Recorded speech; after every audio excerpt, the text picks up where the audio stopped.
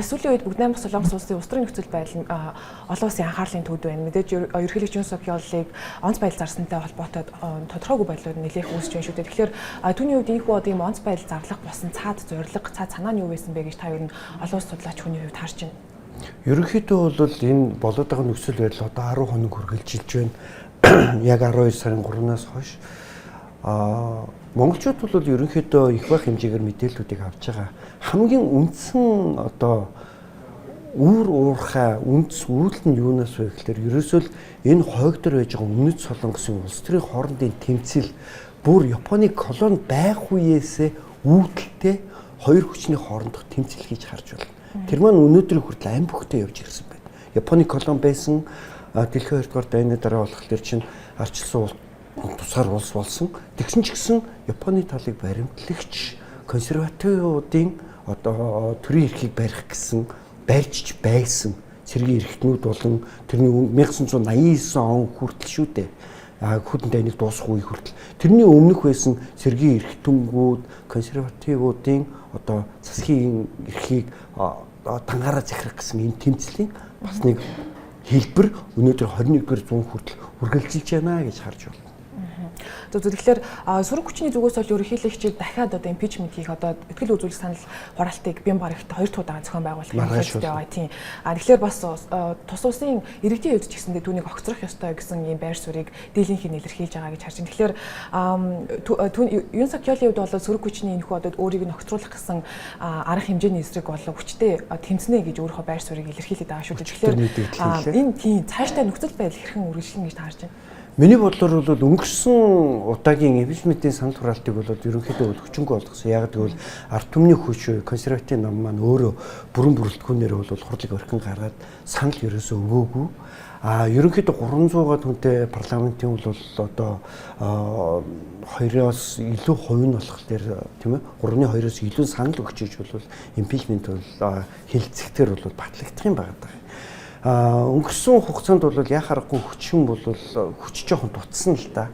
Харин өнөөдөр ингээд харахад бол саяны энэ хэд хоногийн хугацаанд харж байхад ард түмний хүч нам буюу консерватив намаас 3 хүн санал өгч ирсэн. Өнгөрсөн удаагийн хураалтан дээр санал хураалтан дээр өнөөдөр бол магадгүй өчигдөр нэг залуу гишүүн нэлээ хит хитэн гишүүд санал өгөхөр ерөнхийлөгч Юн Сок Ёлын эсрэг санал өгөхөр би одоо сэтгэл шулуудлаа гэдгээ бол нийтдээ зарлсан магадгүй 8-аас 9 хүн бол маргааш санал хураалтанд оролцож магадгүй юм шиг байна. Тэгэх юм бол ер нь 200-аас илүү гишүүн санал бол Юн Сок Ёлыг импичмент хийх санал хураалтыг өгнө.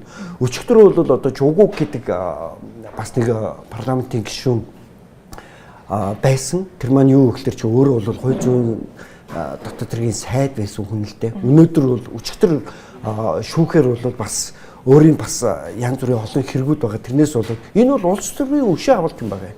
Тэгээ энэ дээр бол өөрөө ялагдаад бол ял аваад парламентын гишүүний эрхээсээ түтгэлзүүлэгдээд өөрөө бууж явах шиг байна.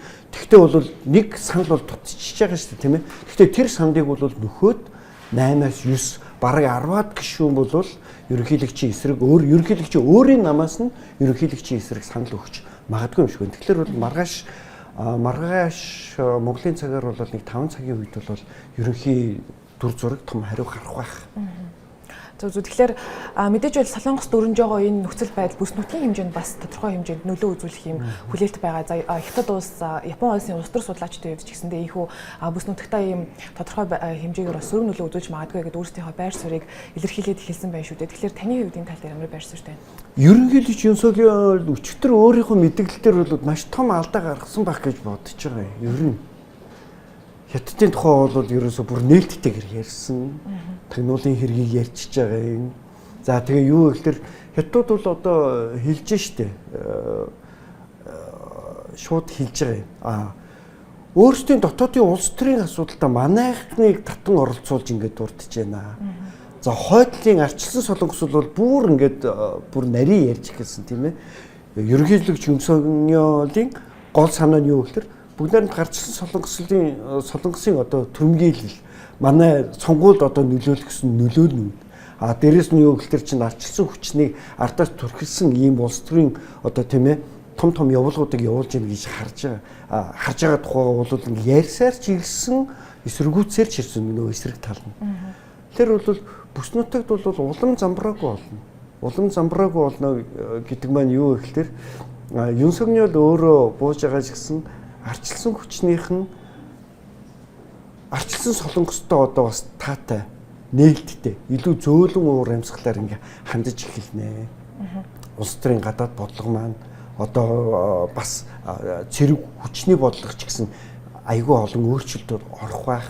За Америк бол ардаас нь дэмжижсэн өнөөдрийн энэ хүчнийг ардаас нь дэмжижсэн Америкийн бодлого бас жоохон хондоо болох болов гэж бодож байна. Гэхдээ тэргүй одоо болохоор чи хамтарсан зөндөө олон хээрийн сургуулиуд өчнөө орон зүйцүүд хойшилчихсан төр завсардчихсан байгаа шүү дээ тийм ээ. Тэр хүчний бодлого дээр бол маш олон өөрчлөлтүүд гарах болов гэж бодож байна.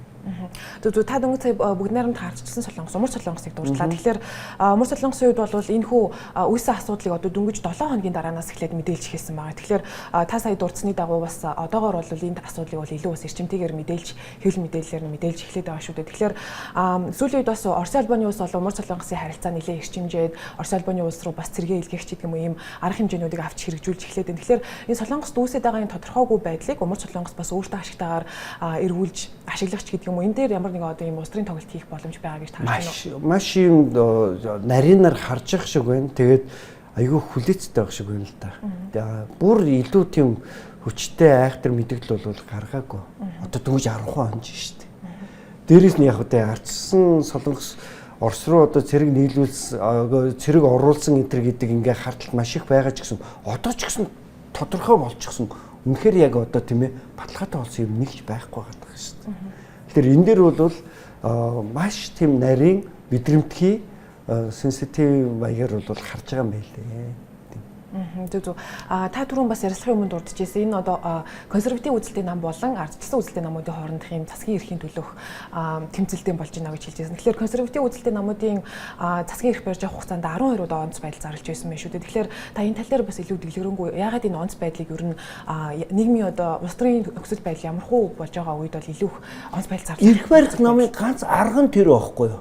Энэ удаагийн Юнсогнолын энэ онцгой байдлыг зарласан арга хэмжээ бол яахаарахгүй юм чи импичмент болно. Төрийн эсрэг гэмт хэрэг, төрийн эсрэг төрийн эрхийн хууль бусаар булан авах гэсэн оролдлого тэгээд дээрээс нь эх орноос урвсан хэрэг гээд одоо айгүй олон гээд ялууд бол явах байх. Гэхдээ импичментийг бол ерөнхийлөгч Юнсогнол өөрөө сонгочих шиг боллоо. Ер нь хараад байхад.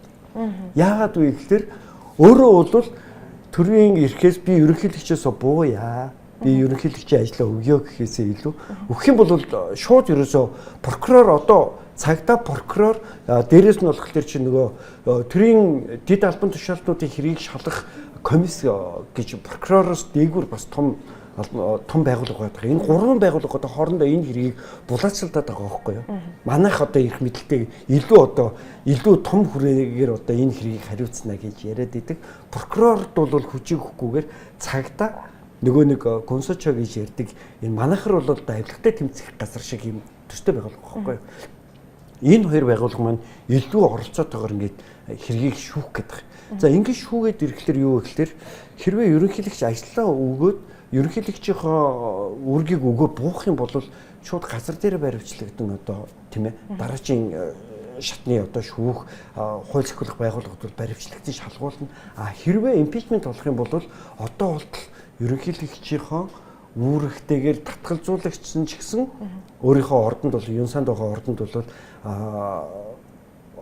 ерөнхийлөгчийнхөө хуваараа улс орны одоо өөр олон эрх үүргүүдийг бол гүйцэтгэх төвшингийн одоо Пакинетэй адилхан ийм статустай байх юм.